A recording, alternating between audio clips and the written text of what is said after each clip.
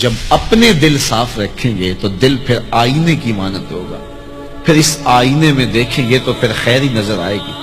تو جب آئینہ ہی دھندلا کر لیا تو پھر کیا دکھائی دے گا؟ اس لیے اپنے دل کو ستھرا کریں، اپنے دل کو پاک کریں، پھر اپنے دل کے آئینے میں تمہیں ہر کوئی اچھا ہی دکھائی دے گا نا۔ کس کو پتھر مارے ناصر کون پر آیا ہے، دل کے شیش محل میں ایک ایک چہرہ اپنا لگتا ہے۔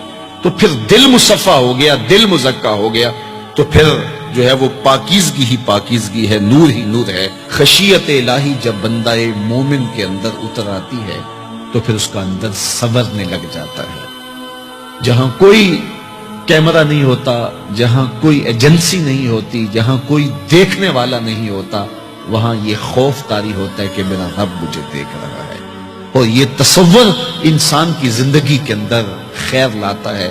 خشیت الہی باطن کو نکھارتی ہے، سجدوں میں لذت پیدا کرتی ہے، رکوع اور قیام میں سرور پیدا کرتی ہے، یہ نیتوں کے اندر خلوص اور للہیت پیدا کرتی ہے، یہ تمہارے اعمال کے اندر حسن پیدا کرے گی۔ اگر اللہ کی خشیت باطن میں نہیں ہے تو کھوکھلے عمل ہوں گے، ریا ان پر مسلط ہو جائے گی، دکھلاوا آ جائے گا، عجب آ جائے گا۔ ہم تو نماز پڑھنے لگ جائیں تو بے نمازیوں کو حقیر سمجھنے لگ جاتے ہیں۔ وہ کیسی نماز ہے جس نے ہمیں تکبر میں مبتلا کر دیا، جس نے ہمارے دماغ میں غرور بھر دیا، ہمیں لوگ بونے بونے اور چھوٹے چھوٹے دکھائی دینے لگے اگر ہم نے جو ہے وہ چند سجدے کر لیے۔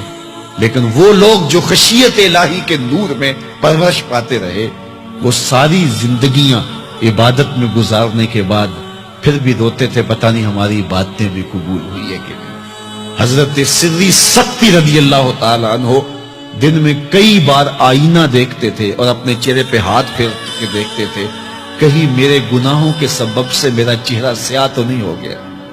حضرت جنید بغدادی کے سکے ماموں لگتے ہیں، فرماتے ہیں ایک دن حضرت سری سکتی نے مجھے نصیحتیں کی، ایک نصیحت کی تو میرے پاؤں تلے سے زمین نکل گئی۔ کہنے لگے بیٹا جب میں مر جاؤں تو مجھے بغداد سے باہر دفن کرنا۔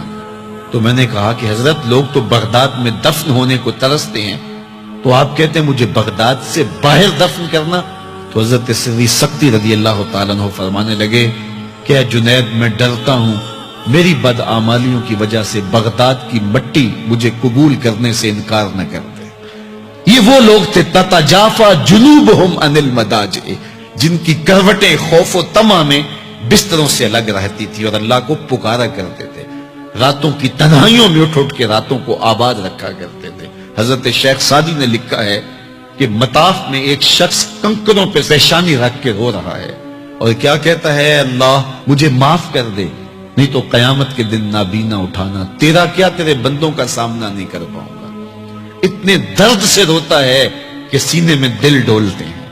ایک شخص تو اپنا طواف چھوڑ کے اس کے پاس کھڑا ہو گیا، اس کی پشت پہ ہاتھ پھیرنے لگا، حوصلہ رکھ اللہ بڑا کریم ہے، حوصلہ رکھ اللہ بڑا رحیم ہے، اور اس کو تسلی دینے لگا۔ اور وہ اتنے درد سے روتا ہے، اس کی چیخیں سنی نہیں جاتی، مطاف کے کنکروں پہ اس کے آنسو گرتے ہیں اور کہتا ہے اے اللہ مجھے معاف کر دے نہیں تو نابینا اٹھانا، تیرا سامنا تو بڑی دور کی بات، تیرے بندوں کا سامنا نہیں کر پاؤں گا۔ تو اس شخص نے طواف چھوڑ دیا اور اس کو تسلی دینے لگا۔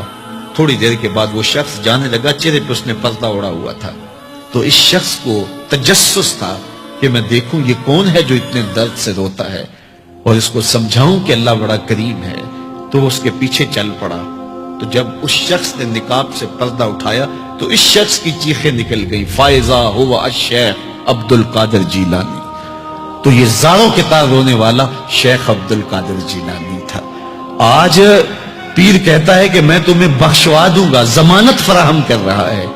یہ حضرت غوث اعظم رضی اللہ تعالیٰ عنہ یہ خشیت، یہ عاجزی، یہ نیاز مندی اللہ کے حضور پیش کر رہے ہیں۔ جب تک خشیت کا یہ عالم بندے کو اوپر طاری نہیں ہوتا اتنی دیر تک اس کے عمل اس کے اندر عجز پیدا نہیں کریں گے، عجب پیدا کریں گے، ریاکاری پیدا کریں گے، تصنع پیدا کریں گے، وہ لوگوں کو حقیر سمجھنے لگ جائے گا۔ اور اس کائنات میں اس سے بڑا کیا جرم ہو کہ کوئی کسی کو حقیر سمجھے؟ تو کسی کو حقیر مت سمجھو، اپنے اعمال کا کیا یقین ہے کہ وہ قبول ہوئے کہ نہیں ہوئے؟